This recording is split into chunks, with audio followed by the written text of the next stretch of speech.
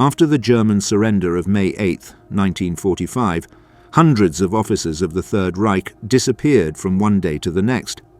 Many had served directly under Hitler and participated in key decisions throughout the war, but within hours they went from holding positions of power to becoming fugitives, prisoners, or executed. Their fall was immediate, and each faced a different fate depending on where they surrendered and what crimes were attributed to them. The total collapse of the regime opened an international hunt. Some powers demanded exemplary punishments, while others sought to obtain military information. This generated escape routes, expedited judicial processes, and clandestine captures. The fate of each officer depended on their location, past, and who found them first. What happened to the men who served the regime until the end? How many managed to escape? What factors determined who faced justice and who disappeared without a trace? To die with the Reich, the generals who chose suicide. In April of 1945, the military structure of the Third Reich was in its final phase. The Soviet offensive on the Oder, initiated on the 16th of the month, deployed massive concentrations of personnel and weaponry with the purpose of breaking through to the center of Berlin without allowing the reorganization of the German defenses. Between Berlin and the front line, there were barely exhausted formations, with scarce logistical resources and without operational coordination. At the same time, American and British forces were advancing from the west after having crossed the Rhine in March, taking advantage of the progressive disintegration of the German command capability. On the 1st of April, the formation of the Ruhr encirclement eliminated one of the last combat groups of strategic significance, trapping hundreds of thousands of soldiers and reducing the mobility of the High Command to react to any front. With the loss of the Ruhr, the German defences were fragmented into multiple autonomous positions. Isolated garrisons remained on the French Atlantic coast, parts of Western Holland, sectors of Austria and Bohemia, as well as territories in the Baltic, Denmark and Norway. In Germany itself, the territorial continuity had been broken. Control limited to stretches of Hamburg, areas of the Baltic coast, and scattered regions of Bavaria prevented any joint maneuver. The Wehrmacht acted without a clear centre of gravity, while in Berlin the political structure was reduced to an increasingly closed environment disconnected from the outside. In that context, the individual decisions of the High Command acquired a different dimension, marked by the impossibility of influencing the general course of the war. Towards the last days of April, the battle within Berlin was characterized by constant urban combat. Soviet units advanced neighborhood by neighborhood, employing artillery, tanks, and rifles in close operations. On the 30th of April, Adolf Hitler committed suicide inside the bunker located under the Chancellery. From that moment, the final responsibility for the surrender of the city fell on the commanders present in the underground complex. On the 2nd of May, General Helmuth Weidling signed the capitulation before the Red Army. Between these two events, several high-ranking officers made the decision to commit suicide. Each case responded to its own trajectories and different contexts, but all reflect the institutional collapse that accompanied the end of the Reich. The chronological sequence of these events begins on the Western Front, where Field Marshal Walter Model led Army Group B. His figure had gained importance during the war for his ability to reorganize defenses under pressure and for his experience in containment operations on the Eastern Front. Promoted to Marshal in 1944, he became one of the commanders that the High Command used to respond to critical situations. After the Ardennes offensive in December of 1944, his forces were forced to retreat. When the American troops closed the Ruhr pocket on the 1st of April 1945, Model was surrounded with a significant number of divisions that no longer had sufficient supplies. In mid-April, the Allied advance inside the pocket made any attempt at maneuver difficult. American artillery and aviation dominated the space, limiting the movement of German units to very short periods. On the 15th of April, due to the lack of clear instructions and the loss of connectivity with Berlin, Model formally dissolved his army group and allowed his subordinates to choose to surrender or try to flee. This decision, made with the aim of avoiding more unnecessary casualties, contrasted with the orders of absolute resistance emanating from the capital. Days later, ambiguous messages were issued from Berlin that some interpreted as questioning his loyalty. Model, aware of his imminent capture, handed over his personal belongings and stepped aside from the rest of his officers. On the 21st of April of 1945, he committed suicide in a forest near Duisburg by shooting himself. His body was not recovered until 1955.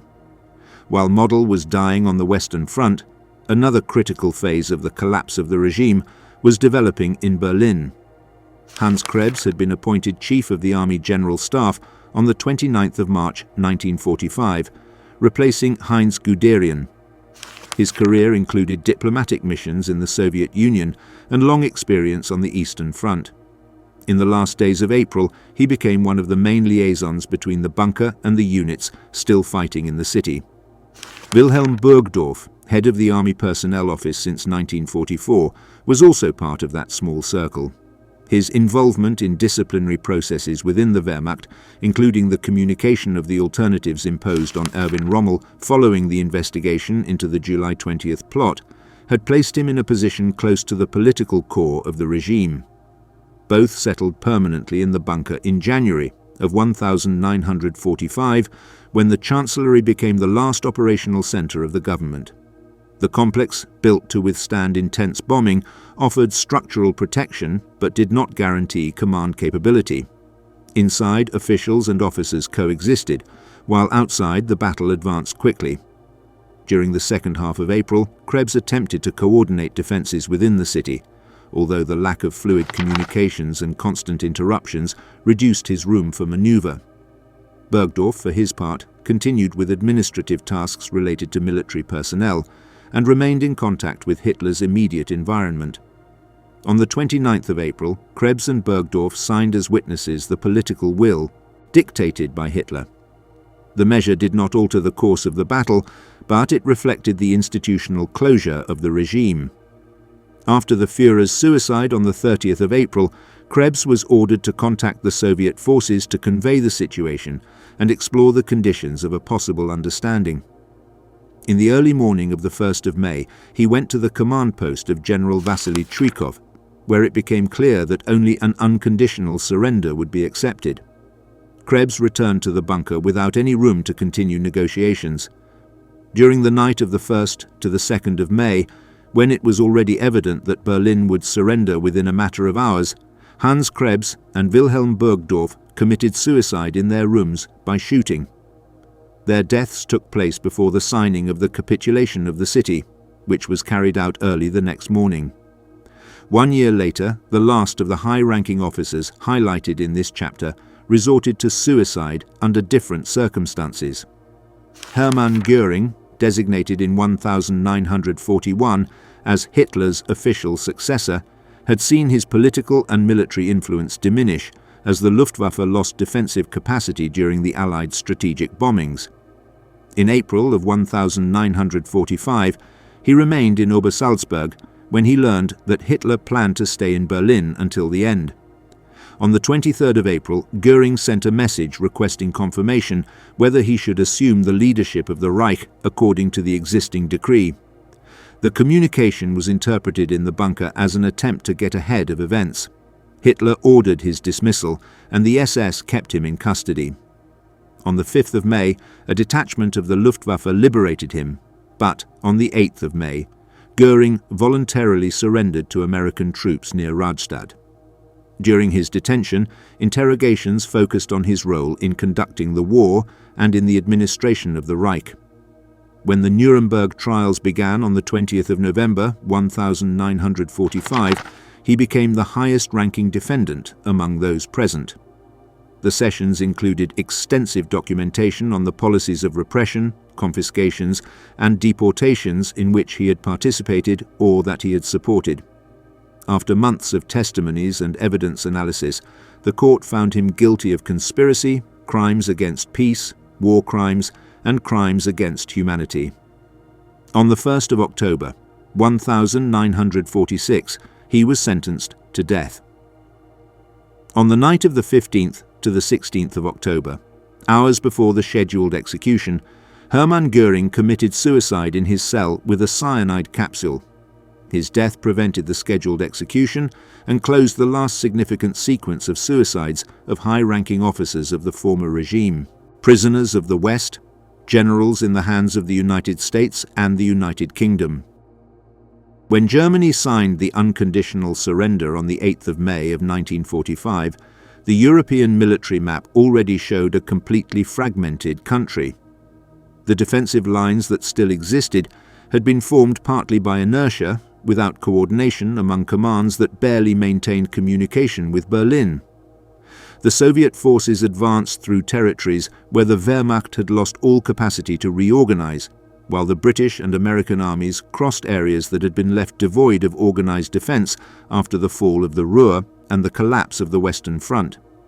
In that scenario, numerous senior German commanders concentrated their efforts on heading towards the positions controlled by the Anglo-Americans, aware that capture by Soviet units could lead to long periods of detention in camps located in eastern territories, where the conditions were considerably harsher. The differences in treatment had become visible since the beginning of the war. Prisoners in Western hands were subject to the Geneva Conventions, received regular rations, and remained in facilities supervised by liaison officers. Those captured by the Red Army faced a penitentiary system based on forced labor and processes that could extend for years before any resolution. During the last days of April and the 1st of May, while communications were disrupted and the German command lost any capacity for centralized direction, surrenders took place on multiple fronts. Among the senior officers who reached the Western positions were commanders with very different trajectories, whose subsequent destinies reflect a wide variety of situations. Among them, 4 cases are especially representative: Gerd von Rundstedt, Helmuth Weidling, Johannes Blaskowitz, and Karl Dönitz. The first to be captured by Western forces was Gerd von Rundstedt, one of the most veteran field marshals of the Wehrmacht. Born in 1875 in Prussia, he had entered the Imperial Army as a cadet before the turn of the century and had continued an upward career during the First World War in staff positions. After a brief retirement in 1938, he returned to active service at the start of the world conflict and led large-scale operations, such as the Poland campaign in 1939 and the advance of Army Group A during the offensive in France in 1940. In July of that year, he was promoted to Field Marshal. During the invasion of the Soviet Union, he commanded Army Group South, responsible for the advance on Kiev. His position in the High Command was marked by successive dismissals, motivated both by disagreements with Hitler and health problems. After the Allied landing in Normandy and the subsequent advance through France, Rundstedt was relieved in July of 1944 and reinstated in September to oversee the Ardennes offensive. After its defeat, and having suggested to Hitler the need to start negotiations with the Western Allies, he was definitively dismissed in March of 1945. In the last weeks of the war, he moved to Bavaria. On the 1st of May, United States soldiers from the 36th Infantry Division found him in Bad Tölz. During the initial interrogation, he suffered a heart attack that required him to be transferred under medical care. He was later taken to the United Kingdom and held at the Island Farm Camp, intended for high-ranking officers. At that location, the conditions included individual rooms, access to correspondence, and mandatory participation in interrogation sessions, where he had to reconstruct military operations in daily detail. Although there were formal accusations of crimes committed on the Eastern Front, the British authorities deemed his prosecution unviable due to the difficulty in gathering direct evidence and his progressively deteriorating health. In 1948, after being interrogated for a prolonged period, he was released and moved to Hanover. There he resided until his death in February of 1953.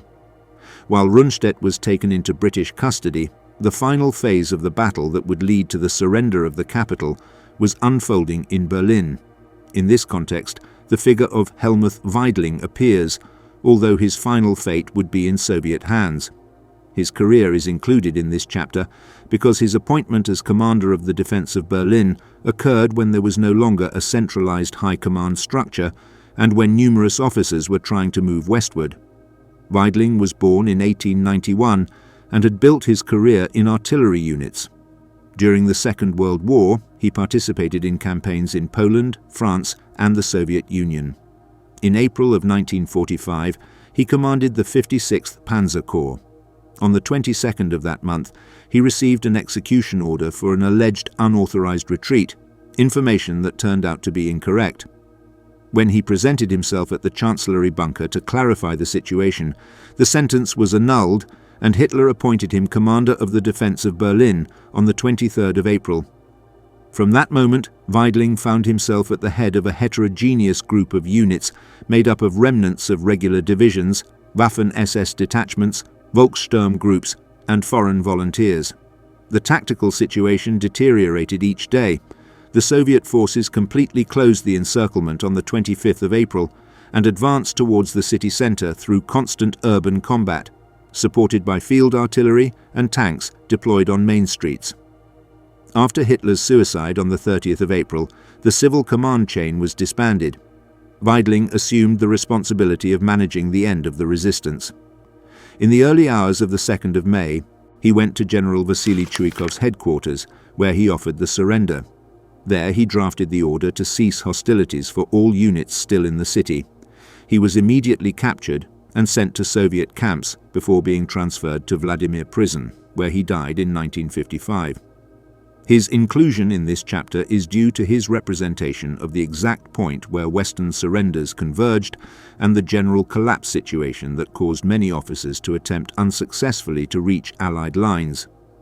A third case with a different development was that of Johannes Blaskowitz, a general with extensive career in the German army.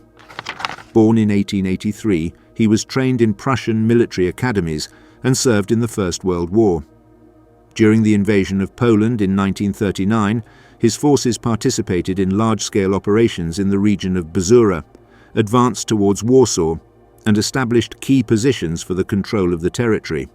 He was promoted to Colonel General on the 1st of October 1939 and appointed Commander-in-Chief of the East shortly after. In that position, Blaskowitz prepared reports on executions, deportations, and systematic abuses committed by SS units. These documents, intended for the High Command, described in detail the actions of special units in Poland. Hitler interpreted his memorandums as acts of insubordination and ordered his dismissal in May of 1940. Despite that tension, Blaskowitz continued in active service. In 1944, he commanded forces in southern France during Operation Dragoon, and months later directed operations in Alsace. He was transferred to the Netherlands at the beginning of 1945. On the 5th of May, in the town of Wageningen, he signed the surrender of the German forces in the Netherlands to Canadian General Charles Foulkes and Prince Bernhard.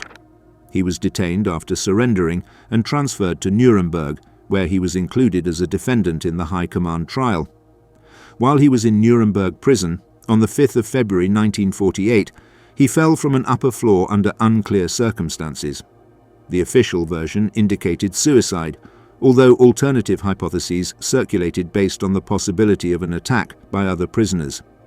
Years later, he was posthumously exonerated. The last of the officers analysed in this chapter is Karl Dönitz.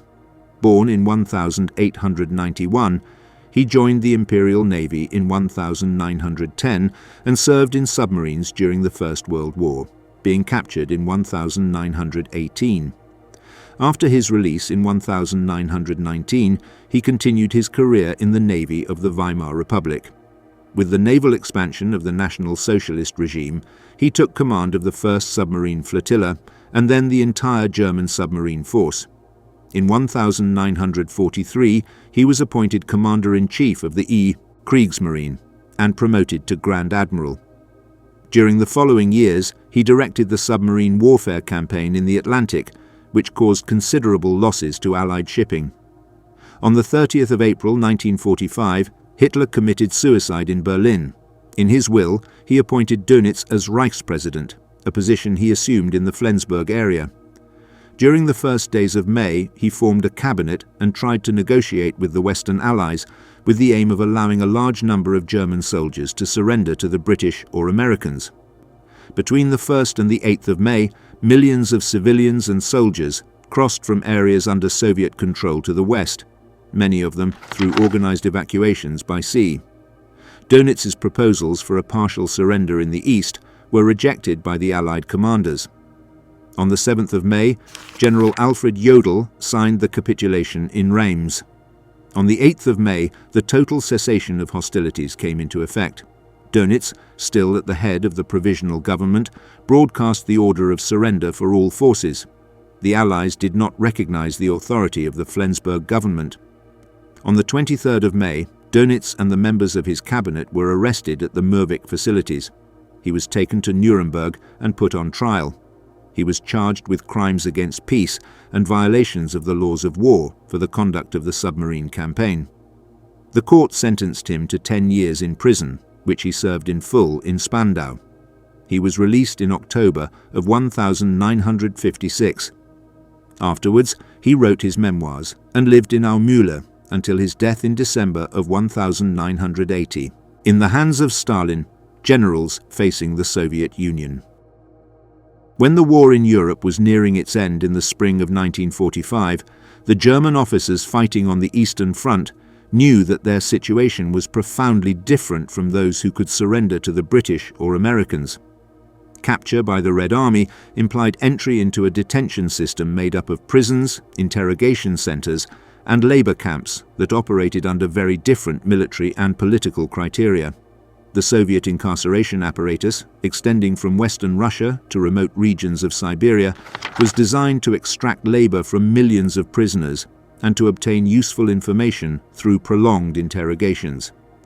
In that rigorous environment, German prisoners, including senior officers, faced extreme temperatures, insufficient rations, and a disciplinary regime that caused a constant deterioration of physical health. The Soviet authorities did not establish significant distinctions between ranks, as the capture of German commanders was considered a form of repairing the damage caused by the German invasion of 1941. The treatment offered to the German prisoners was directly related to the Soviet experience during the previous years. Throughout the war, millions of soldiers from the Red Army had fallen into German hands and had been subjected to extremely harsh living conditions. Mortality in the German camps reached very high figures, and the civilian populations of the occupied territories suffered mass deportations, executions, and systematic destruction of their regions. This sequence of events influenced the decisions of the NKVD and the Soviet command when managing their growing population of German prisoners. In this context, the authorities of the Red Army saw the capture of enemy officers as an instrument of work, strategic information, and punishment.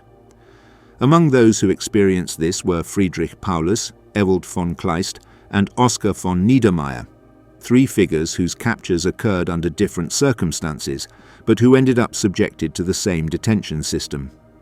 The capture of Friedrich Paulus, commander of the 6th German Army, occurred in the context of the Soviet offensive around Stalingrad. Born in 1890, Paulus joined the Imperial Army after briefly studying law. During the First World War, he served in staff functions and, in the interwar period, continued to rise within the reduced Reichswehr. His career was consolidated when he was incorporated into the team that planned the invasion of the Soviet Union.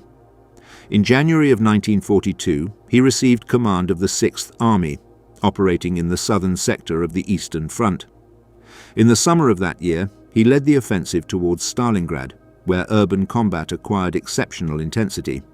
The German forces progressively advanced towards the city center, but the Soviets maintained the defense at the cost of high losses and resorted to close-range attacks to halt the enemy advance. The situation changed decisively when the Soviets launched Operation Uranus on the 23rd of November, 1942. The encirclement enveloped the German forces and their Romanian, Italian, and Hungarian allies. Hundreds of thousands of German soldiers were trapped inside. Paulus requested authorization to perform a tactical withdrawal, but Hitler's orders demanded holding positions, The air supply did not succeed in covering the army's minimum needs. At the end of December, the attempt to rescue Manstein's army group did not succeed in opening a corridor. In January 1943, the Sixth Army was divided into several small sectors, with personnel weakened by cold, hunger, and lack of medication. Hitler promoted Paulus to Field Marshal on the 30th of January, a gesture interpreted as a message intended to prevent his surrender. The capture took place on the 31st of January 1943, when Soviet troops took the building where Paulus had installed his headquarters. The German resistance in Stalingrad ended on the 2nd of February. From that moment, the prisoners were transferred to the interior of the Soviet Union. Paulus was taken to Moscow and interrogated by the NKVD. Initially, he refused any kind of collaboration, but as the months passed, the Soviet authorities promoted his participation in propaganda initiatives aimed at weakening the German resistance. In August of 1944, he joined the National Committee for a Free Germany, from where he urged the German forces to surrender. In 1946, he was transported to Nuremberg as a witness in the trials against the Third Reich leadership. After fulfilling his role in the trials, he returned to Soviet territory and remained under supervision in more favorable conditions than other German prisoners. In 1953, he was allowed to move to East Germany. He lived in Dresden until his death, which occurred in 1957, after years of involvement in activities related to military historical research. A less favorable fate befell Ewald von Kleist, etched into German military history for his role in mobile operations during the invasion of France and the Caucasus campaign. Born in 1881, he joined the Prussian army at the beginning of the 20th century. During the First World War, he served on the Eastern Front as a cavalry officer. After the conflict, he remained in the Reichswehr, where he performed administrative and training functions. In the 1930s, he reached important command positions. He was briefly removed from service in 1938, but was reinstated in 1939 to lead a panzer corps in Poland. In 1940, he led the Panzer Group Kleist during the offensive that penetrated into France. Later, he took command of the 1st Panzer Group during Operation Barbarossa, participating in multiple encirclements and advances in Ukraine. The differences with Hitler intensified as the military situation worsened. After the German setbacks on the Southern Front in 1943 and 1944, Kleist was dismissed. He was in Germany when United States troops located him in Bavaria on the 25th of April, 1945. He was taken to the United Kingdom for interrogation. At the end of 1946, he was extradited to Yugoslavia, where he faced charges for his role in the invasion of 1941. He was sentenced to forced labor for 15 years. After serving 2 years of his sentence, he was transferred to the Soviet Union in 1948. There he faced a new trial in 1952 that sentenced him to 25 years of imprisonment. He was transferred numerous times between different prisons, which severely deteriorated his health. In 1954, he was sent to Vladimir Prison, where he died in October of that year. He was buried in a common grave, and his remains were repatriated later. A third trajectory within this chapter corresponds to Oskar von Niedermeyer, a unique figure in German military history due to his experiences in Central Asia, his academic training, and his role in organizing the Oriental Legions. Born in 1885, he joined the Bavarian Army in 1905, and shortly thereafter pursued university studies in natural sciences and languages. Before the First World War, he served in mounted units. During the conflict, he led a mission in Afghanistan and Persia aimed at inciting actions against British India, which gained him some notoriety. After the war, he collaborated with Freikorps units and worked as a military advisor in the Soviet Union. In 1941, he received command of units composed of volunteers from the Caucasus and Central Asia. In 1943, he assumed leadership of the 162nd Turkmen Infantry Division. his criticisms of certain regime policies prompted his arrest in 1944. He was imprisoned in Torgau until May of 1945, when American forces released him. However, he was immediately transferred to the Soviet Union, where he was accused of crimes committed in Soviet territory. He was sentenced to 25 years of forced labor. The tuberculosis he suffered from worsened rapidly under the conditions of confinement. He was transferred to Vladimir prison, where he died in September of 1948. His burial was simple, and his remains were placed in a common grave without ceremony. From uniform to paper, generals who reconstructed their image. The German capitulation in May of 1945 marked the end of the military conflict, but did not stop the activity of numerous senior officers who, in the following years, would play an unexpected role. The geopolitical landscape changed rapidly. The temporary alliance between the United States, the United Kingdom, and the Soviet Union gave way to increasing tensions that led to a global political confrontation. In this new framework, the accumulated experience by former commanders of the Wehrmacht and the Waffen-SS acquired practical utility for Western centers dedicated to analyzing the Soviet military potential.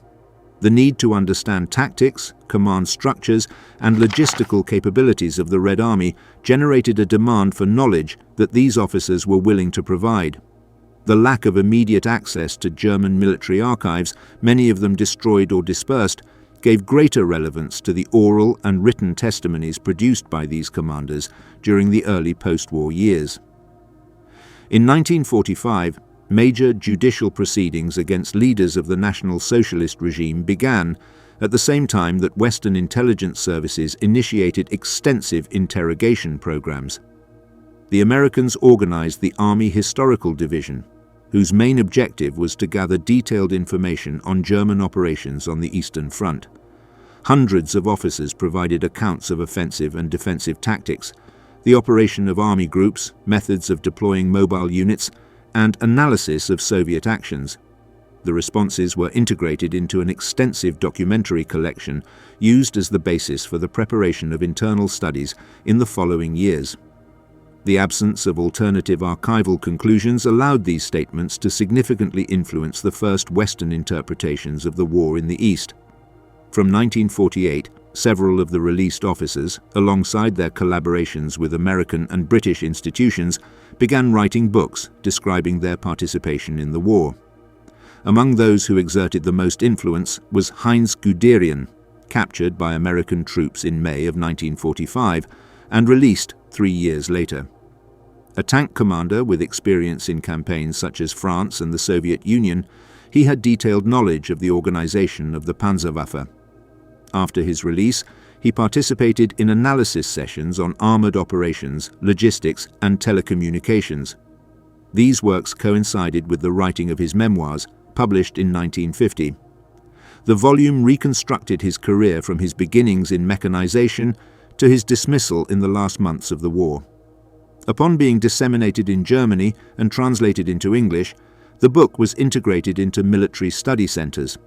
The lack of accessible German materials increased the importance of his tactical interpretations.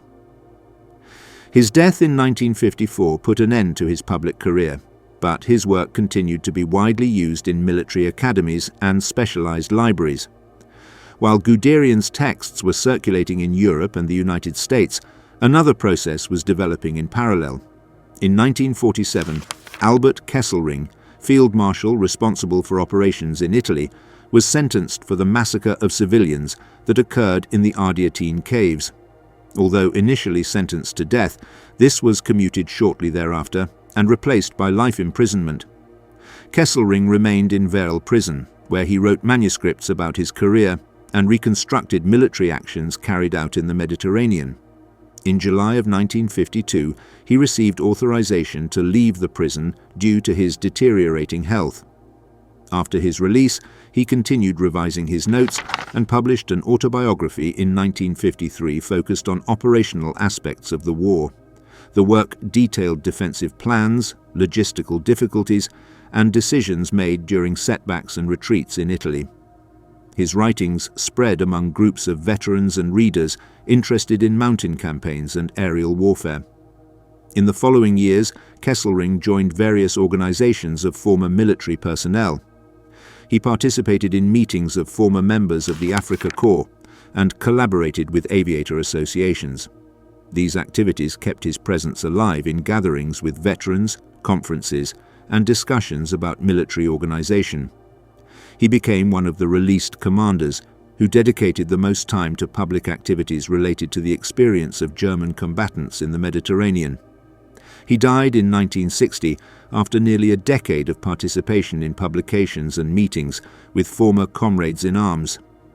While Kesselring was developing these activities, another process was advancing in the courts. Erich von Manstein, captured in 1945 and subjected to various interrogations, was tried in 1949 in Hamburg. The court condemned him for mistreatment of prisoners of war and for not ensuring the protection of civilians in occupied areas. The initial sentence was 18 years, later reduced. During his time in prison, several Western military authorities requested access to his strategic knowledge. He had played decisive roles in campaigns such as France, Crimea, and Ukraine, and his operational experience aroused interest among those studying the Eastern Front. His release in May of 1953 coincided with the first attempts by the newly founded Federal Republic of Germany to rebuild its armed forces under NATO supervision. During that period, he participated in meetings and consultations on organizational criteria, hierarchical structure, and operational doctrine. By the end of 1955, he published an extensive study on campaigns in which he had participated. The book included tactical descriptions, assessments of the deployment of corps and divisions, and evaluations of mobile and defensive operations. As the 1950s progressed, his work was incorporated into military libraries and was frequently cited in studies on operations in the East. Von Manstein passed away in 1973, after decades of intellectual activity linked to the analysis of campaigns conducted during the war. In parallel to Guderian's editorial rise, Kesselring's associational activity and technical consultations with von Manstein, organized movements began to emerge among former members of the Waffen-SS. Paul Hauser, born in 1880 in Brandenburg, had developed a long career in the Imperial Army and the Reichswehr before joining the SS in the 1930s. After his capture in 1945, he remained interned in various American centers until 1948. He was called as a witness in the Nuremberg trials and, after being released, participated in meetings of former military members. At the beginning of the 1950s, he promoted an organization aimed at providing mutual assistance and public representation to former members of armed units linked to the National Socialist Party. In 1951, the organization began to publish its own bulletins and to organize seminars aimed at presenting operational analyses and official positions on the actions of the Waffen-SS during the war.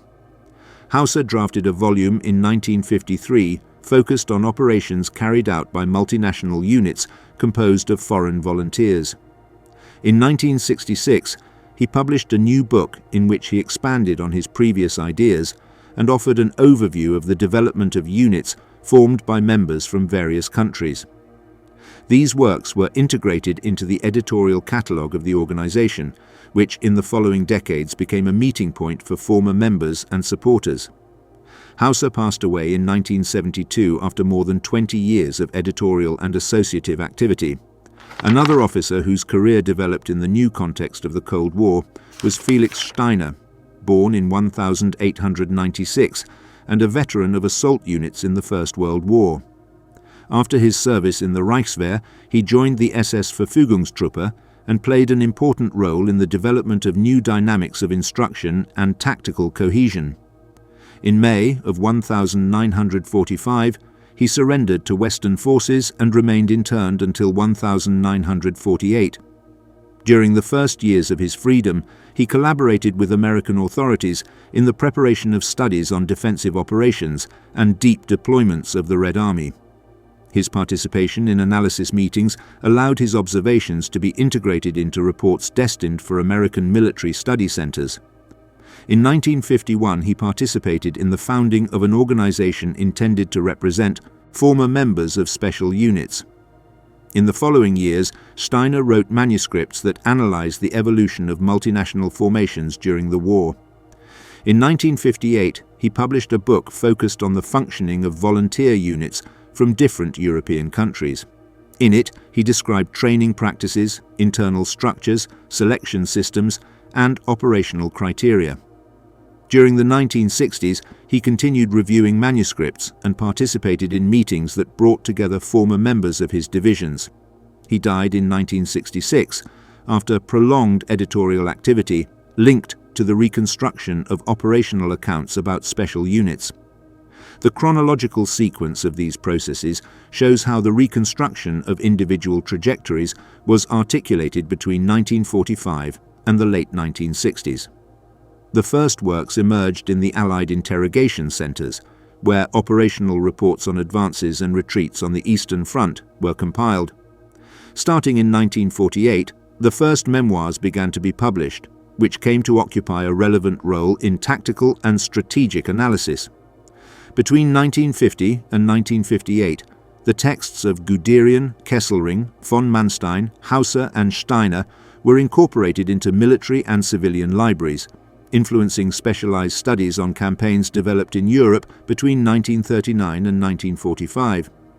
During the 1960s, veteran organizations expanded their publishing activities, consolidating a catalogue that gathered experiences, technical descriptions, and doctrinal approaches derived from operations on different fronts.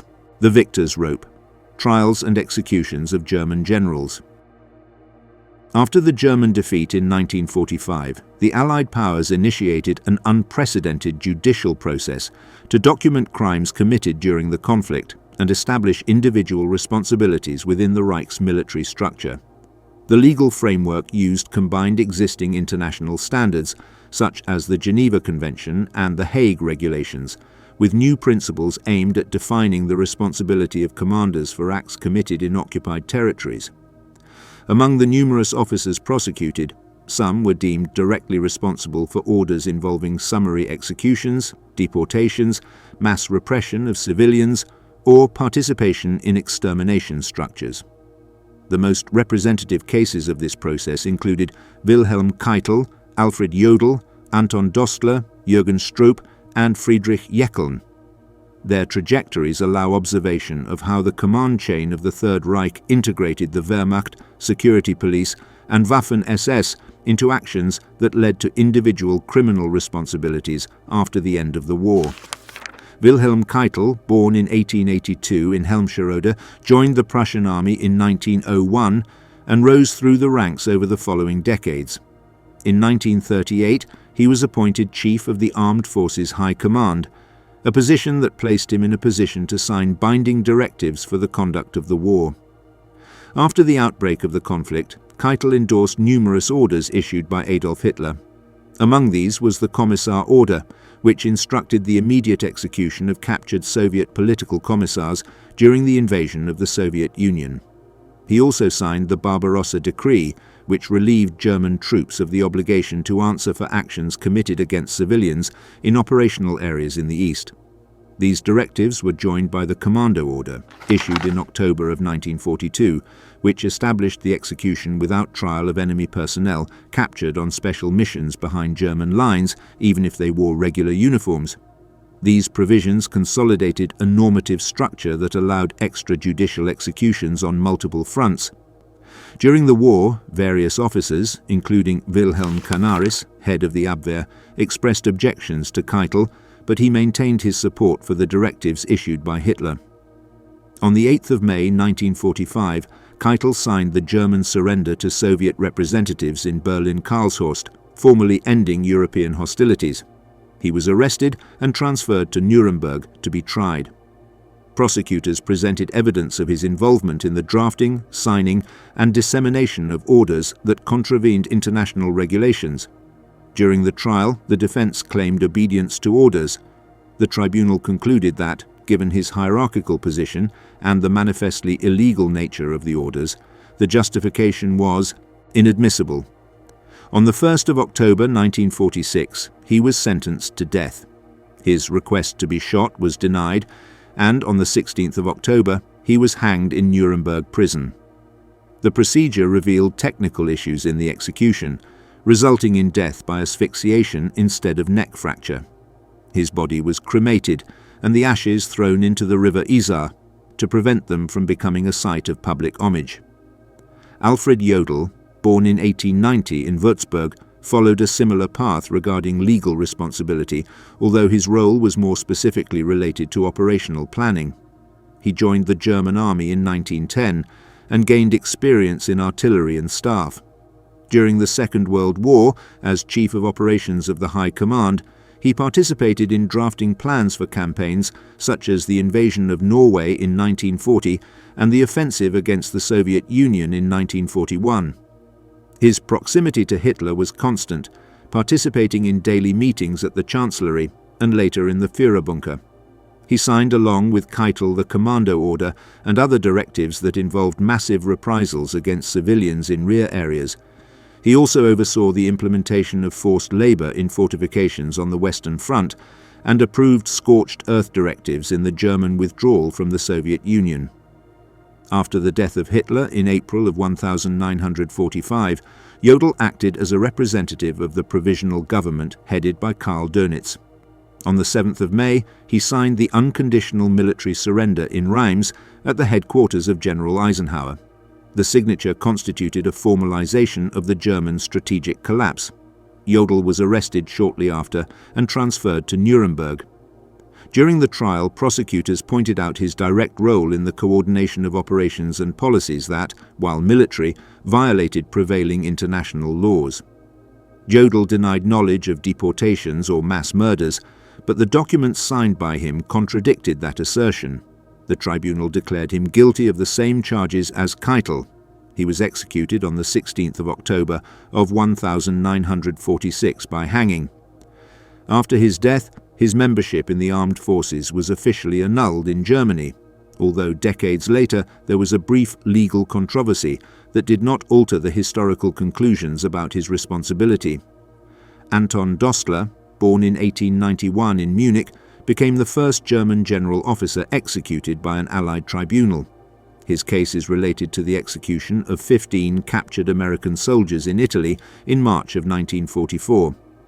The prisoners, members of a special unit sent to destroy a railway tunnel, wore regular uniforms, so they should have been treated as prisoners of war. Dostler consulted the matter with his superior, Albert Kesselring, and both interpreted that the commando order should be applied. On the 26th of March of 1944, the soldiers were shot without trial. A member of Dostler's staff, Alexander zu Dohner-Schlobitten, refused to sign the final order, claiming it violated the Geneva Conventions. This act led to his expulsion from the army, but it left a key documentary record. After the German collapse, Dostler was tried by a United States military court in Caserta between the 8th and the 12th of October of 1945. The court determined that the commando order was illegal and that no military command had the prerogative to execute it when it violated international treaties signed by Germany. The defense of superior orders was rejected, and Dostler was found guilty. He was executed on the 1st of December of 1945 by firing squad in Aversa.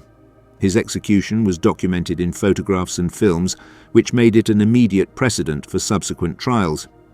He was buried in the Pomezia cemetery alongside other German soldiers who fell or were executed in Italy.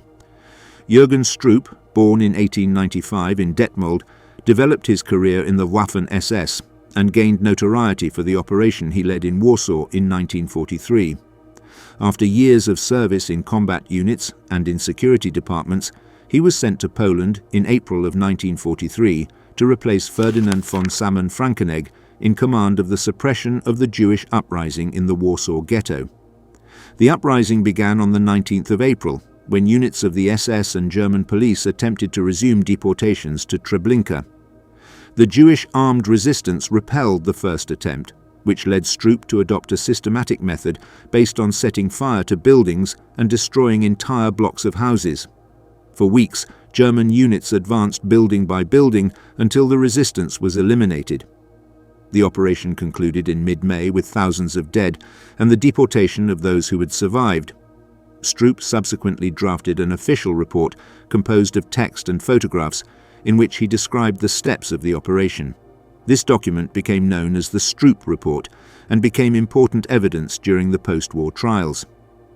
After the fall of the Third Reich, Stroop was captured by American troops and initially tried in Dachau for the execution of 9 American aviators. The court sentenced him to death, but before the sentence was carried out, the American authorities handed him over to Poland. There he faced a new trial focused on the destruction of the ghetto and on executions carried out at different times during the occupation. The Polish court found him guilty on the 23rd of July, 1951. He was hanged on the 6th of March, 1952 in the Mokotów prison near Warsaw. The authorities avoided any ceremony and arranged for the cremation of the body. Friedrich Jeckeln, born in 1895 in Baden, began his career in the SS in 1930 and quickly rose in the security services. After the start of Operation Barbarossa in 1941, he was appointed senior leader of the SS and police for regions of Ukraine, Belarus, and the Baltic states. In that role, he directed some of the most extensive mass murder operations carried out by mobile units. In August 1941, he supervised the execution of more than 20,000 Jews in Kamianets-Podilsky.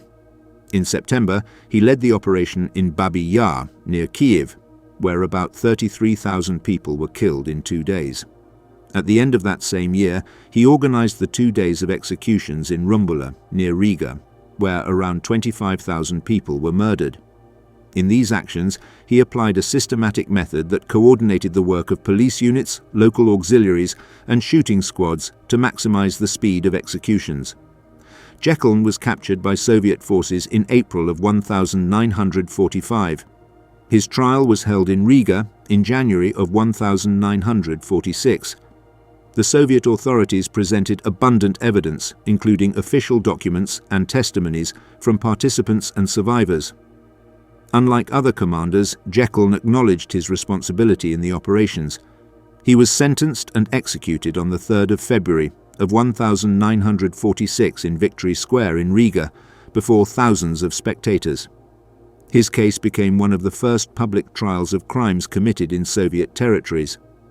The executions of these commands reflected judicial processes developed under different authorities, American, British, Polish, and Soviet, but supported by common principles related to command responsibility and the classification of crimes committed in time of war.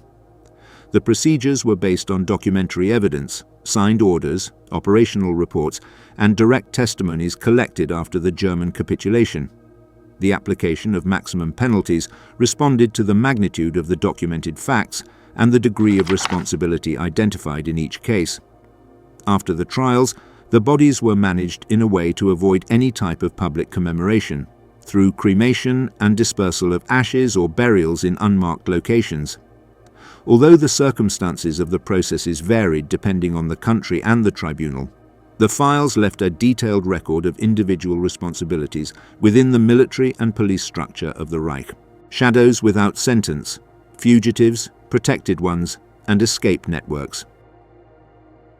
At the end of the Second World War, the process of identifying and capturing war criminals developed in parallel with the reconstruction of Europe. The Allied powers allocated personnel to the collection of evidence, interviews with survivors, interrogations of prisoners, and analysis of documents recovered in occupied territories. However, the simultaneous collapse of the Nazi regime and the territorial disintegration of Germany created a situation in which thousands of former officials, military officers, and members of security organizations disappeared among displaced civilian populations. The administrative chaos in the months following May of 1945, combined with the existence of clandestine networks created prior to the end of the conflict, facilitated escapes that allowed numerous individuals involved to avoid legal proceedings. In this context, organized routes emerged aimed at transporting these fugitives out of Europe, mainly to South America and the Middle East. The escape routes worked more effectively in Italy, where numerous refugees and liberated prisoners were concentrated. Cities like Bolzano, Murano, and Rome became transit centers for organized groups seeking false documentation or contacts capable of providing transport. The port of Genoa acquired a central role by allowing ships to depart for South America. These routes, later known as rat lines, were used by former members of the SS, Wehrmacht officers, civilian collaborators, and figures linked to the administrative structures of the regime. In some cases, they had the intervention of Catholic priests who helped manage new identities. There were also officials within the International Committee of the Red Cross who issued travel documents without properly verifying the real identity of the applicants. Some South American governments, especially that of Argentina under Juan Domingo Perón, established policies that facilitated the entry of European immigrants, including individuals they knew were being sought. In this network of routes, Josef Mengele became one of the most studied fugitives. Born in 1911 in Günzburg, he obtained university training in physical anthropology and medicine before joining the SS in 1938. During the war, he served briefly on the Eastern Front, where he was wounded and received decorations. In 1943, he was assigned to the Auschwitz-Birkenau complex as a military doctor, where he participated in selections of newly arrived deportees and performed functions related to biomedical research focused on genetics and specific pathologies. When Soviet troops advanced towards the camp at the beginning of 1945, he left the place and moved west to avoid falling into Soviet hands. After the German capitulation, Mengele managed to hide among displaced civilians. For a period, he worked under a false identity in agricultural tasks near Rosenheim. His name began to appear in the first testimonies collected by Allied forces and organizations aiding survivors, but the lack of updated photographs and the lack of coordination between different search teams allowed him to go unnoticed when he was briefly detained by American troops. The absence of documentary confirmation of his identity caused him to be released. Aware of the risk of being identified, he began to plan his departure from Germany. In 1949, he moved to Italy using a network of former SS members who helped him cross borders. In Genoa, he obtained a Red Cross passport under the name of Helmut Gregor. This document allowed him to embark in July of 1949, destined for Buenos Aires. Once in Argentina, Mengele initially worked in manual jobs until establishing connections with companies related to agricultural machinery, a sector in which the Mengele family owned businesses. He later opened a shop and began to integrate into circles of European immigrants. His ability to maintain a low profile allowed him to live without incidents for several years. In 1959, the authorities of West Germany initiated formal investigations centered on him and requested his location through diplomatic channels. The information about these investigations led him to move to Paraguay, where he obtained support from sympathizers and protection from local contacts. The kidnapping of Adolf Eichmann in Buenos Aires in May of 1960 increased his sense of vulnerability. In response, he decided to leave Paraguay and take refuge in Brazil. There he adopted new identities and relied on the help of families of European origin who took him in on farms and rural residences in areas of the state of São Paulo. His life became more restricted. The lack of steady income, health problems, and progressive isolation marked his final years. On the 7th of February of 1979, he drowned after suffering a stroke while swimming in the town of Bertioga. He was buried under a false name in a cemetery in the metropolitan area of São Paulo. Confirmation of his identity did not occur until the mid-1980s, when Brazilian authorities exhumed the body and compared his remains with dental profiles and later DNA studies. While Mengele managed to avoid capture, Adolf Eichmann followed a different path. Born in 1906, he worked during the 1930s within the Reich's Central Security Office on tasks related to the Jewish population and forced emigration. During the war, he led the section in charge of the logistical organization of deportations to extermination camps. After the German capitulation, he was detained by US forces, but managed to escape in 1946 and remained hidden in Germany for several years. In 1950, he used documentation issued by the Red Cross to travel to Argentina under the identity of Ricardo Clement. There he worked in local industries, maintained a discreet lifestyle, and avoided any public exposure that could generate suspicion.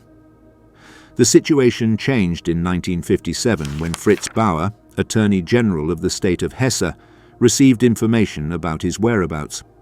Bauer, aware that some German institutions would not actively cooperate in his capture, confidentially transmitted the information to representatives of the Israeli government. From that moment, Israeli agents began to gather information in Argentina. After confirming his identity through prolonged surveillance, a clandestine operation was organized to arrest him. On the 11th of May 1960, Eichmann was intercepted on a street in San Fernando and taken to a safe house. 8 days later, he was put on a flight to Israel using a diplomatic cover linked to an official visit. The judicial process began in Jerusalem in April of 1961. Original documents, testimonies of survivors, and orders signed by Eichmann during the period of deportations were presented. The trial developed in sessions that received wide international attention. In December of the same year, he was declared guilty and sentenced to death. The execution took place in the prison of Ramla on the 31st of May of 1962. His remains were cremated and the ashes scattered outside Israeli territorial waters. The escapes were not limited to these two cases. Several police unit commanders and extermination camp leaders managed to leave Europe using similar routes. Eduard Roschmann, who had held leadership positions in the Riga ghetto, arrived in Argentina and lived there for years before moving to Paraguay, where he died in 1977. Franz Stangl, who led the Sobibor and Treblinka camps, resided in Brazil and worked in local industries until Austrian authorities requested his extradition in the 1960s. He was arrested in São Paulo in 1967 and transferred to Germany, where he was sentenced to life imprisonment. He died in prison in 1971 after being interviewed by researchers studying the structure and functioning of the camps under his command. Walter Rauff, linked to the development of mobile gas units, used similar escape routes. After passing through Italy, he arrived in Syria and later settled in Chile, where he worked in private companies and maintained contacts with local security services. His extradition was requested on several occasions, but the Chilean authorities never granted it. He died in Santiago in 1984 without having faced trial. Klaus Barbie, who had worked in Lyon as head of the local Gestapo, also managed to go into hiding. After collaborating with US intelligence services during the early post-war years, he was transferred to Bolivia, where he lived under modified identities. His capture occurred in 1983 when the Bolivian government authorized his extradition to France. He was tried in Lyon and convicted in 1987. He died in prison in 1991. Alois Brunner, involved in mass deportations in France and Greece, sought refuge in Syria. There he worked as a security advisor for decades. International extradition requests were never heeded. His death occurred on an uncertain date, estimated around 2010, according to testimonies from former contacts. His exact whereabouts during the last years and the circumstances of his death were not fully documented. The operation of these clandestine routes, combined with the variable cooperation between governments, generated notable differences in the results obtained by the authorities responsible for locating those responsible for crimes committed during the war. Priorities changed as the Cold War progressed. Some European countries and the United States concentrated their resources on Soviet containment, reducing the attention paid to the pursuit of fugitives. On other occasions, individuals involved in serious violations were used in intelligence tasks due to the knowledge they possessed about military or operational structures of Eastern European countries. This contributed to the difficulty in locating some of them. The networks active until the end of the 1950s and the beginning of the 1960s relied on immigrant communities, contacts within administrative institutions, and the absence of international coordination. The cases of Mengele and Eichmann illustrate divergent paths within a common phenomenon: the escape after the German defeat. One managed to avoid capture until his death in South America, while the other was located after an intelligence operation that became a reference for similar actions in later decades,